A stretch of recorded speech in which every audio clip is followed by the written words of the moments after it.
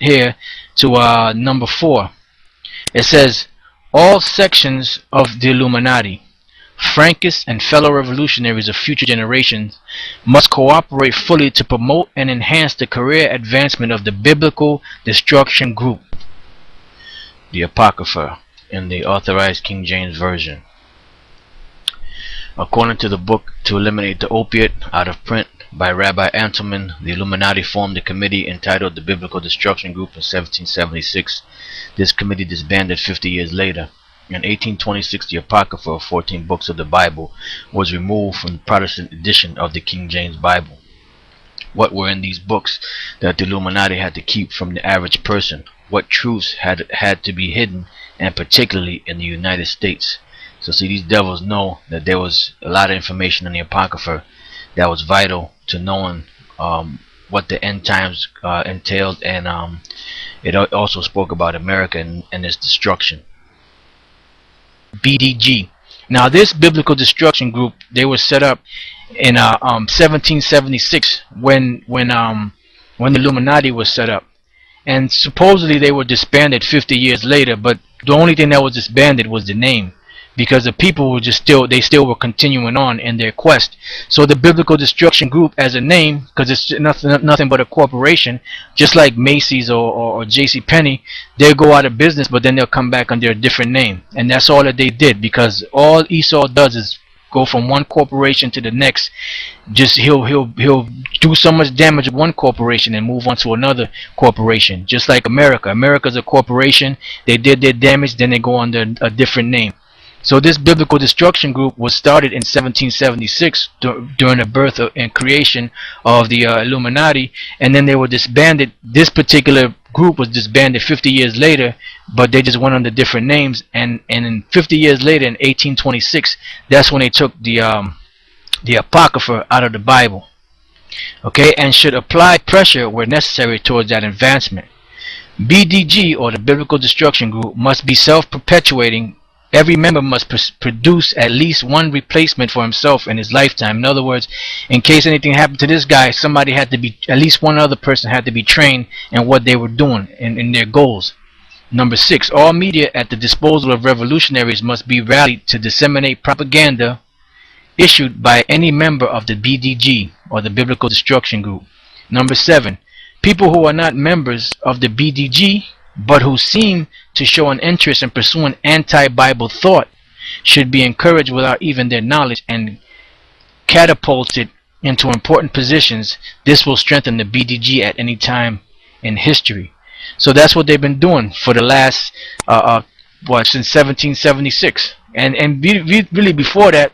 But the so-called Illuminati that's known today, the Bavarian faction of it anyway, was started in Germany in 1776, which was May 1st through Adam Weishaupt, which was given, money and orders by the Rothschild to set that group up. It said, as time goes on, those who accept the views that are fostered by the BDG should be in a position strong enough to destroy any academician or intellectuals who do not conform to their ideas. And that's why they do the things that they do. And anybody that comes against them, you better believe that they put them to death. Alright, now, since we hit that point, right, I want to show you brothers something else. When you go, see, because they systematically took the Apocrypha out of the King James Version of the Bible in 1826, I'm sorry.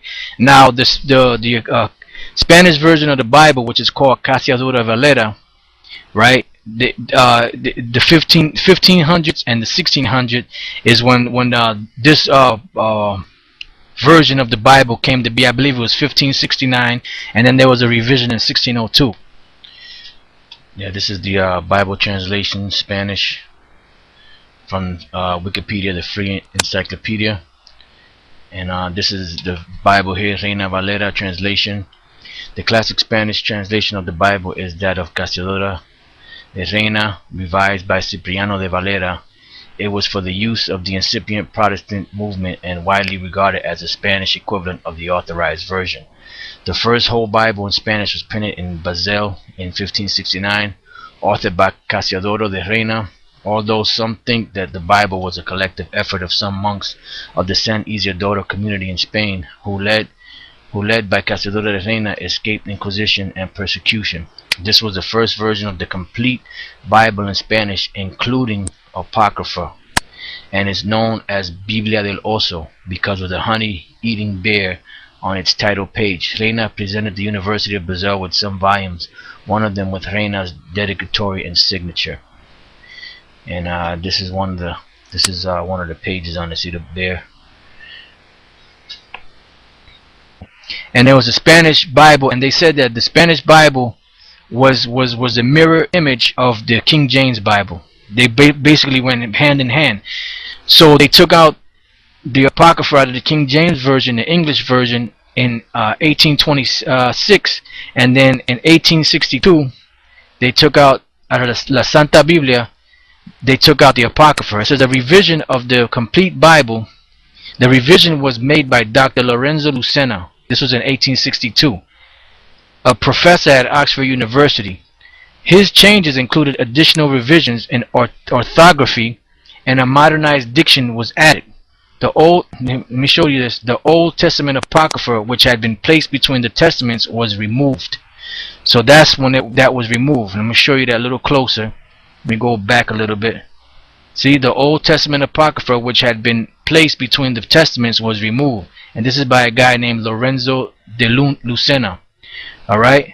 So that's just to show you how these devils operate. Alright? Now, let's go from there. I have a actual book here. This book right here is called Culture and Society in Habsburg Spain by R.W. Truman, Nigel Griffin. And we know, like I said, we use certain information. It's just we get like little tidbits from this book and that book. You know, we don't read all these books. We just get the vital information that we need. And in this book, on page 196, it says in 1846, SPCK, which SPCK is the Society for Promoting Christian Knowledge. That's an acronym, SPCK. Society for Promoting Christian Knowledge, which was their Christian knowledge, which is their nonsense, you know. But it says in 1846, SPCK asked Lucena, which is the guy we just talked about, to undertake a new version of the New Testament in Spanish to replace that of the admittedly liberal Catholic. Torres Amat, Lucena refused, so he didn't want to do that, the New Testament. It says, and the work was entrusted to another Spanish exile, Juan Calderon, who later became professor of Spanish at King's College, London. However, at the time of his appointment to the Taylor Institution, or just after, Lucena did undertake for the SPCK, the Society for Promoting Christian Knowledge. It says Lucena did undertake for the SPCK his most famous,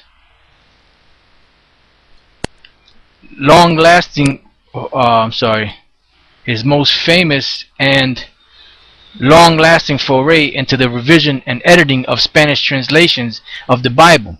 This was his textual or modernization from original manuscripts of the complete translation by the Protestant exile Cazadora de Reina. Now that's when you look at those ancient Spanish translation, this is the name you're going to see, Cazadora Valera or Reina de Valera. This is published in Basle in 1569. See, Lucena's version, which incorporated the subsequent revision published in Amsterdam by Cipriano, see this is another name, de Valera, in 1602, was published for SPCK by Oxford University Press 1862, which was the same year, as we said, the same year 1862, where the Old Testament Apocrypha, which had been placed between the Testaments, was removed by this guy Dr. Lorenzo Lucena.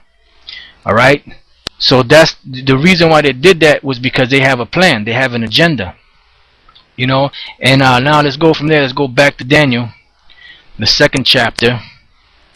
And the reason why we know about these things is because the Most High is revealing these things to us now, because this is the time to expose Esau. This is the time to bring out all the dirt that this devil has, bring it all out on his ass.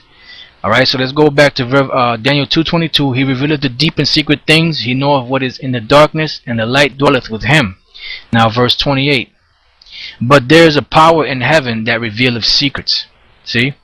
So that's the reason why we know the things that we know. Now let's go from there to the book of Second Thessalonians. Second